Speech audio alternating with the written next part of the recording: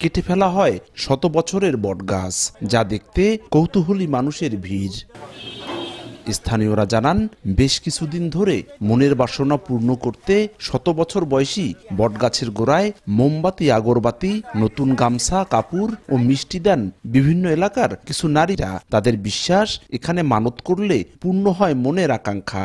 বিষয়টি নজরে আসে স্থানীয় আলেম সমাজের। এরই প্রেক্ষিতে সোমবার দুপুরে আরিয়ালখা নদের পাশে থাকা শত বছরের বটগাছটি করাত দিয়ে কেটে ফেলেন তারা।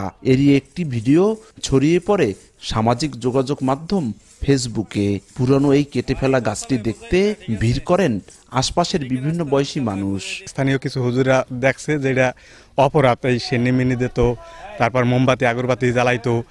যারা জ্বালাইতো তারা বলতো তাদের মনের ইচ্ছা পূরণ হইতো অনেক ক্ষেত্রেই, ঠিক আছে। সেই ক্ষেত্রে আমাদের হুজুরা এটা কোরআন অনুযায়ী দেখছে যে এইগুলা করা পাপ।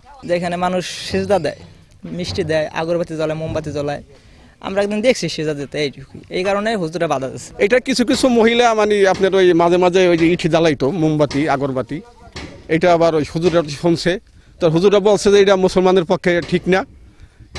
এই জন্য এই গাছ মালিক পক্ষে জানাইছে, গাছালা বলছে তাহলে আমার গাছ আমি বিক্রি করে ফেলাই।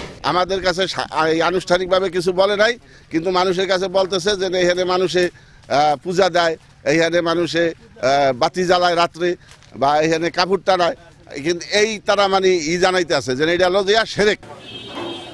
বাংলাদেশ খেলাফত মজলিসের মাদারীপুর জেলা শাখার সভাপতি মাওলানা হাবিব আহমেদ চৌধুরী জানান, বটগাছের গোড়ায় এমন কর্মকাণ্ড ইসলাম সমর্থন করে না, তাই কেটে ফেলা হয়েছে এই গাছটি। মুসলমান সে বটগাছ পূজা করবে, বটগাছে মোমবাতি আগরবাতি দিবে, বটগাছে ওরস করবে, সিন্নি দিবে, এটা তো ইসলামের দৃষ্টিকোণে সম্পূর্ণ শিরক। আর এইটা তো আমরা কোন মুসলমানই এটাকে সমর্থন করতে পারে না। এইগুলা যারা করে তাদেরকে বহু নিষেধ করা হয়, বোঝানো হয়। খবর পেয়ে ঘটনাস্থল পরিদর্শন করেছে উপজেলা প্রশাসন ও বন বিভাগ। ঘটনার তদন্তে নেমেছেন তারা। আমার যে জেলার বন কর্মকর্তা উনি স্পটে গিয়েছিলেন, প্রশাসনিক কর্মকর্তা স্পটে গিয়েছিলেন এবং সংশ্লিষ্ট তহসিলদারও স্পটে গিয়েছিলেন। ওনারা যে রিপোর্টটি দিয়েছেন যে ওখানকার কিছু জনতা গাছ কাটার চেষ্টা করেছে, আপনারা অলরেডি দেখেছেন। আমরা এই ব্যবস্থা নিয়েছি এবং তাদেরকে আমরা ডেকেছি। বুঝতে পেরেছেন যে এই জিনিসটা তাদের ঠিক হয়নি কিংবা কোনো একটা সমস্যা হয়েছে, তারা এখন কিছুটা গা ঢাকা দিয়ে আছে।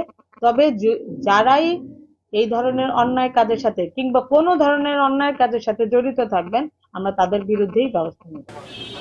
চরঘুনশি এলাকার বাসিন্দা আব্দুর সাত্তার হাওলাদারের মালিকানাধীন গাছটি 1500 টাকায় আলেমরা ক্রয় করার পর এটি কাটা হয়েছে বলে জানিয়েছেন স্থানীয়রা। তবে এ ব্যাপারে যোগাযোগ করেও সাত্তার হাওলাদারের কোনো মন্তব্য পাওয়া যায়নি। সঞ্জয় কর্মকার, অভিজিৎ, সময় সংবাদ, মাদারীপুর।